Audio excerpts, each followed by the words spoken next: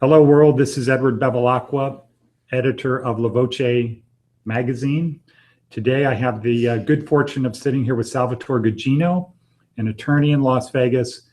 Thank you for taking the time, Sal, to talk to the readers and subscribers to La Voce. Sure, I'm happy to do it. Okay, so Sal, let me start off by asking you, what part of Italy is your family from? Both sides are from Sicily. Okay. So do you usually say you're Sicilian or Italian? Usually I say I'm Sicilian. Okay, good. Just checking, just checking.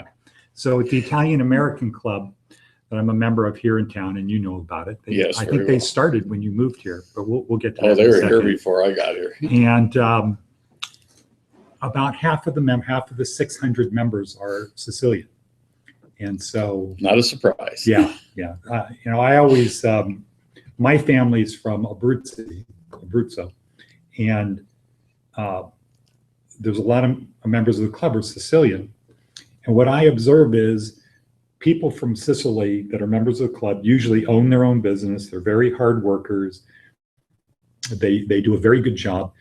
And the people from not Sicily, the other Italians, especially when you go north, they're usually the people who talk about businesses and doing things.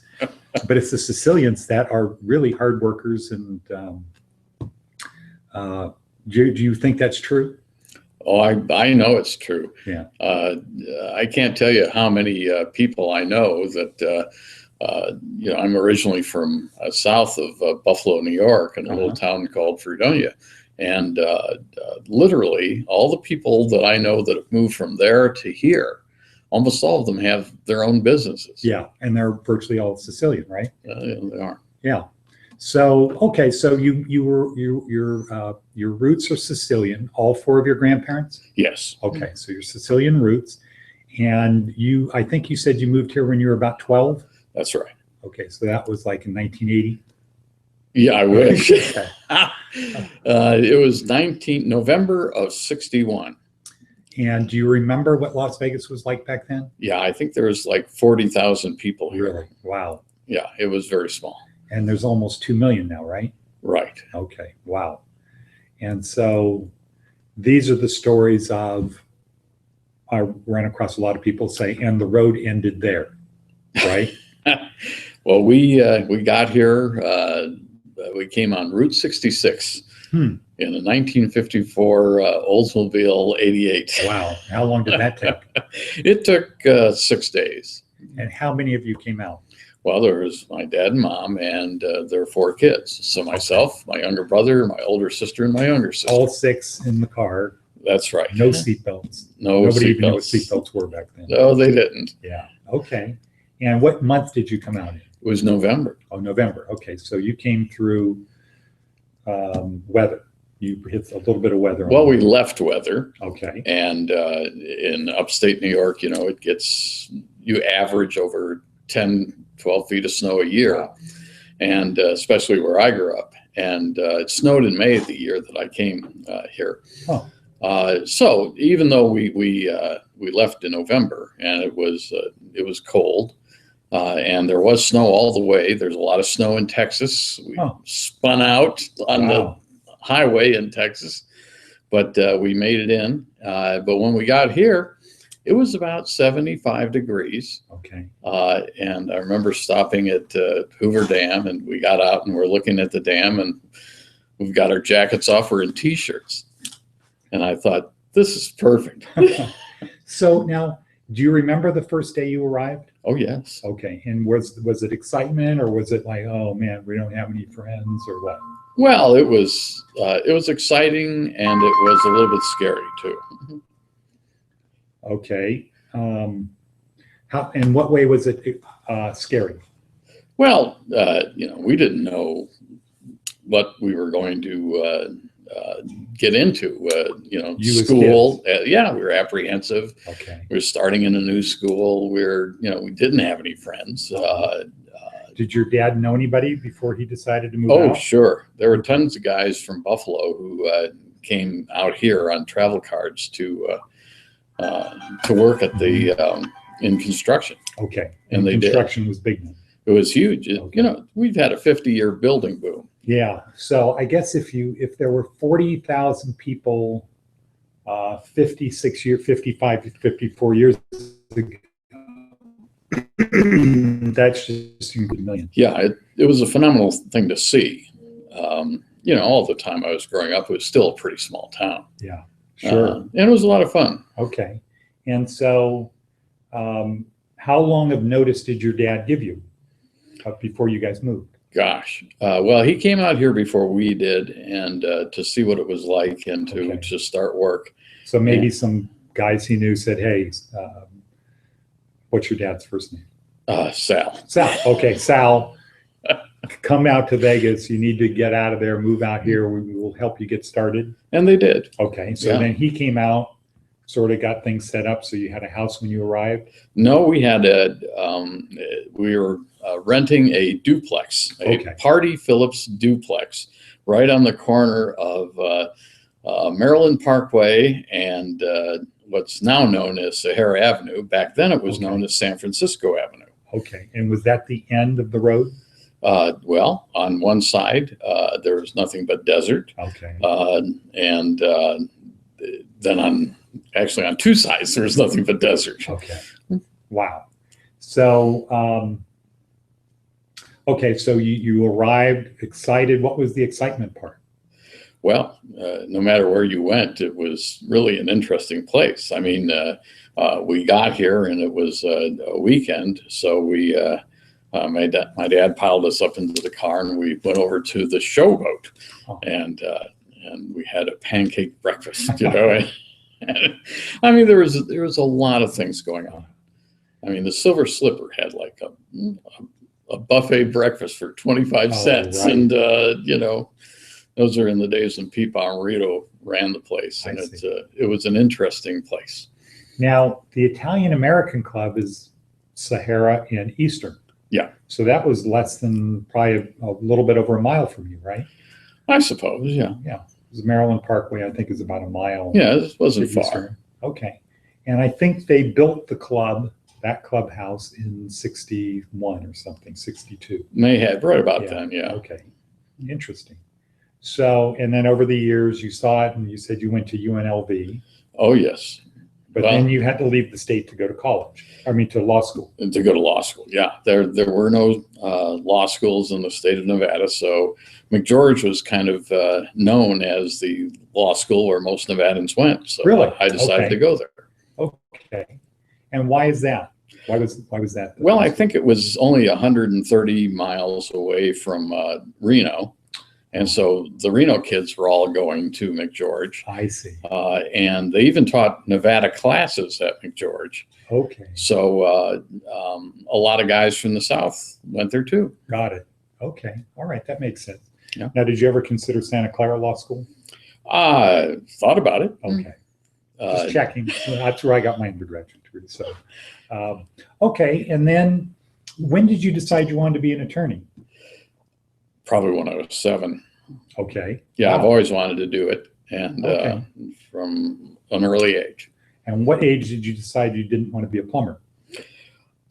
Every age.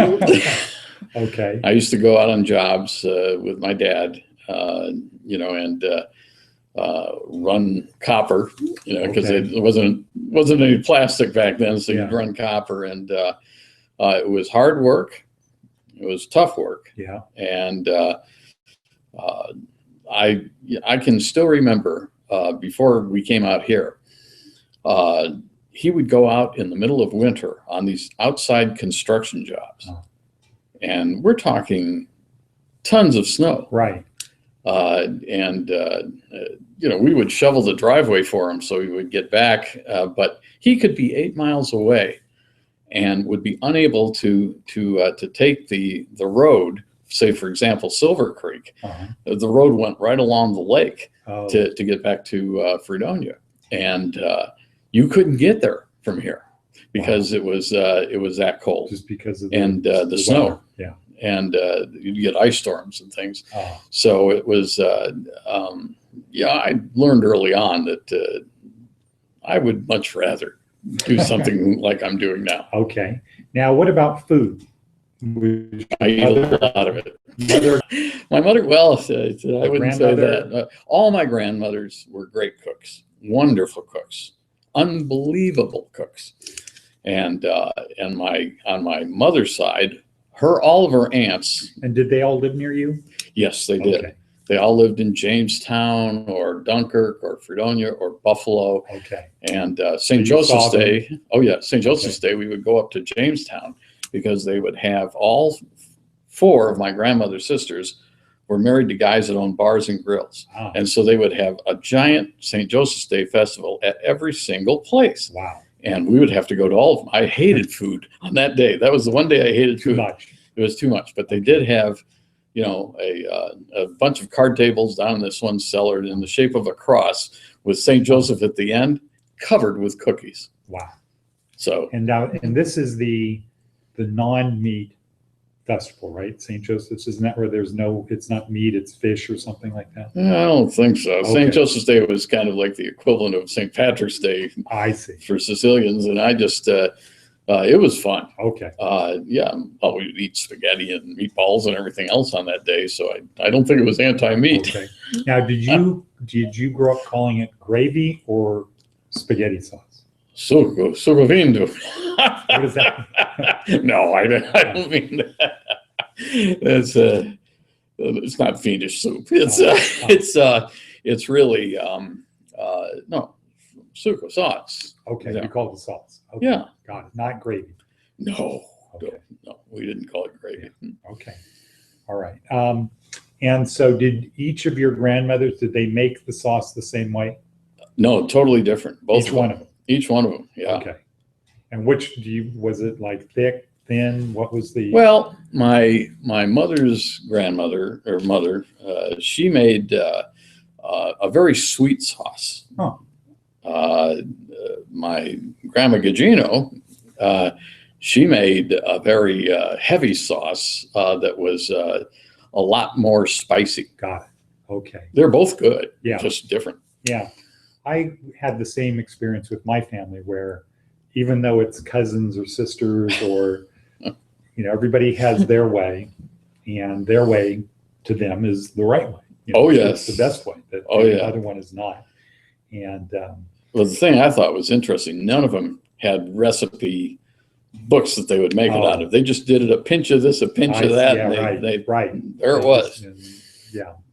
And so you got out of law school. Did you have any problem getting work? No.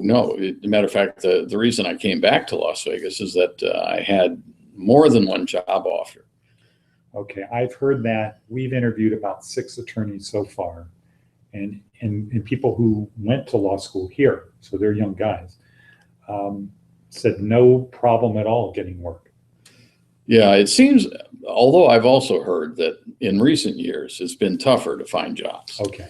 But when we were kids, when we were young guys and gals getting out of law school, Nevada was great because there was no law school. And so they really needed lawyers, and the only way they could get them was from out of state. Yeah, so if you were a native Nevadan, you were going to get a job. Got it. As opposed to if you grew up in California and moved here. That's right. But even those guys, you could get a job, but if you were from here. It was, yeah. And now I've heard all of the attorneys that we've interviewed said it's very collegial here between attorneys. Yeah, much more so than California. Okay. And that had to do with its size too.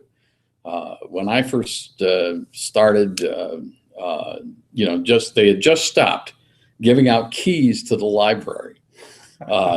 Every attorney used to have his own key to get into the law library. Wow.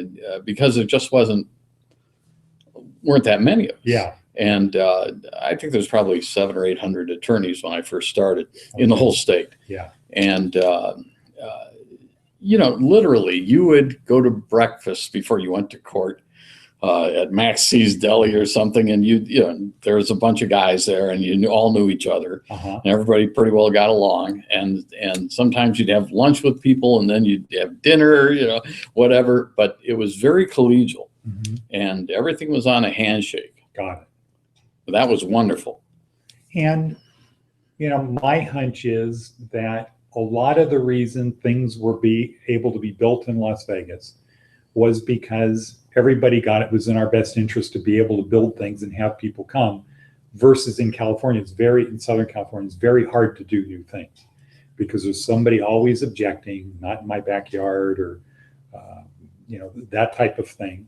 And when I went to law school, the thing was, what they would say is it only cost $135 to file a lawsuit. So, let a judge decide if you think there's a problem. And you can't really grow a community if everybody's trying to stop the other guy from doing something. Well, I think we were lucky that a lot of common sense ways of viewing things existed in this town for a long time. And because of that, we were allowed to grow. And now we're huge, and now everybody fights. And okay, so how were the judges when you started? Were they? Well, it depended on which court you were in. So the whole spectrum. Yeah, yes, you could. I remember I used to have a defense track, where I would take criminal cases when there were conflicts from the public defender's office, and I had a federal one and a state one. And in the state one, of course, you were assigned 3 judges, and you had a justice of the peace that you would go to on a regular basis. Mm-hmm. And so you were in court in the morning, you were in court the afternoon. Wow.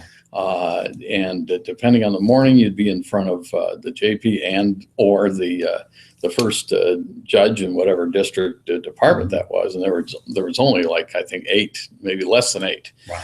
And, district court judges? Yeah. Okay. And there were no such thing as family court judges back then. And there's over 20 district court judges now, right? Yeah, there's more like closer to 30. Okay, got it. And what about municipal court?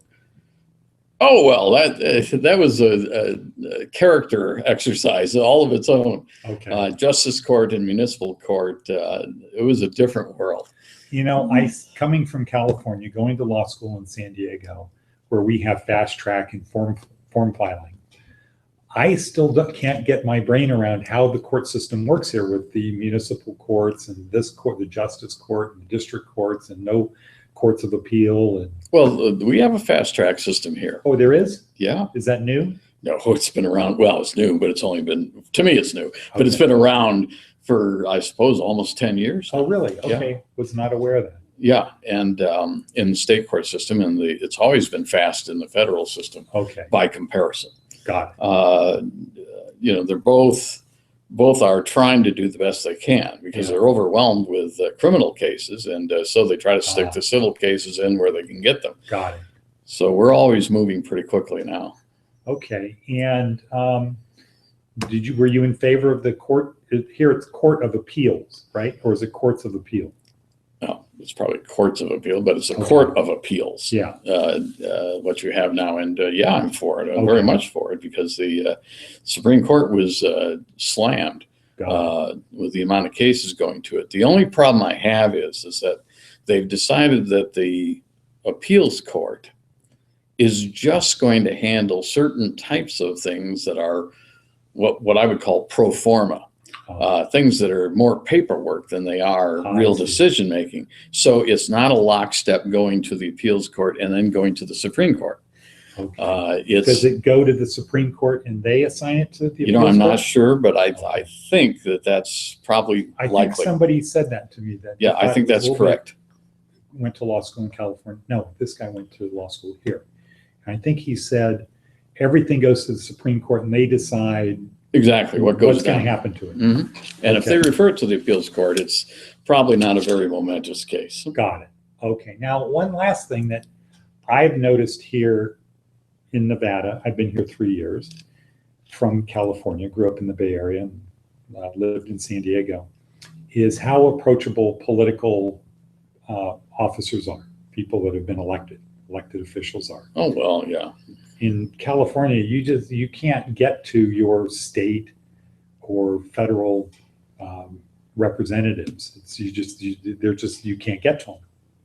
Here, it's not hard at all. Do you agree with that? Well, I had an interesting life, I guess you might say. When I was going to McGeorge, I was working as a stringer for the LA Daily Journal's division, the Sacramento Daily Recorder. And wait, what is the stringer? That's a news reporter that okay. gets paid by the inch. Okay, got it. All right. So anyway, I did that a little bit, and I got to meet both Brown governors, and and a lot of other politicians as well. But we were in the state capitol, sure. So that's why that happened. Right. But I will tell you that literally, this town was small enough, long enough to where almost every governor I knew personally. And a lot of other politicians, and the movers and shakers. It was really a great experience. Yeah, we met with Pamela Goins Brown. You're familiar with her? City Council, North Las Vegas. Yes, I know who she is. I don't know her personally. And she's running for re-election, so she came to the school where I work, my day job, and somebody asked, well, how many votes does it take to get on the city council? She said, well, to be honest with you, to get elected, it takes 3,000 votes. Yeah, not much. And, I think that's a good thing because it makes it accessible to people. Running for political office makes it accessible. Now, on the other hand, what I was also surprised about was how much money people spend to become district court judges here. Oh, it's phenomenal. It's not like it was in the old days. Yeah, I was told that it's at least $150,000 easily to or more. Why would somebody pay that kind of money to be a district court judge? Well, that's like asking why would somebody run for state senator or for U.S. Senate? Well, the reason for the money. well, it's not so much the money. Yeah, it's not the money job, but my understanding is now more than half the people who get out of the U.S. Senate become lobbyists. Right, and they make about 10 times. Oh, very much more. Yeah. And lobbyists consider the Senate as like the minor league system to become a lobbyist. Well, if you want to be a lobbyist, you got to be a senator. There's some truth to that. But a judge, I don't get why somebody would spend that kind of money, or do they get it from other attorneys? Well, it's not always their money. Okay. They're going to, I used to run political campaigns in this state years ago when I was young and stupid. And what I can tell you is there was a time when, and I still think it's the case, where most of the money you're going to get is going to come from supporters. Yeah. Okay. And now it can be political action committees as well. Okay. And other big time donors. The point is you have to have a desire to want that office. And hopefully you're not doing it because you don't like work, or you're not doing it for some crass reason. Yeah. Most of the guys that I'm aware of that I like, that I have supported for judge positions, have really wanted to become a judge. They've been practicing law for some time. And they're good judges. Yeah, and well, some are and some aren't. Okay. But they had the desire, the right thinking. And so the point is that they get that opportunity and they take it. Yeah. And it is expensive to get there. Yeah. Once you get there, it's a little easier. Sometimes you can run unopposed. And it's 6 years, right? It's 6 years. Okay. So it's a pretty good thing. And most get reelected that want to be, right? Right. And it's around $150 somewhere in that ballpark a year, including benefits. Okay. So it's not a bad gig, and the retirement benefits are very excellent. Are they? Okay. Yeah. All right. So there are reasons to want to become a judge. Okay. Well, there should be noble reasons to become a judge. There are noble reasons, and there's also the main reason that it's very hard on the outside if you're running your own business. Yeah. To maintain clients, to keep it going, to do things the right way, is an expensive proposition. And not everybody can do that. Yeah. So you have to have discipline. With discipline, and not afraid of hard work. Yeah, you're going to be here a lot if you want to be successful. So that sounds like kind of some of the traits that you learned growing up in an Italian family, where your dad has his own business. And well, there's no question. We were at all times, urged to become successful by working hard. By working hard. Oh God, work. They had all of us working by the time we became teenagers. Let me tell you. So your cousins maybe worked in the bars and restaurants that their parents owned? Some of them did.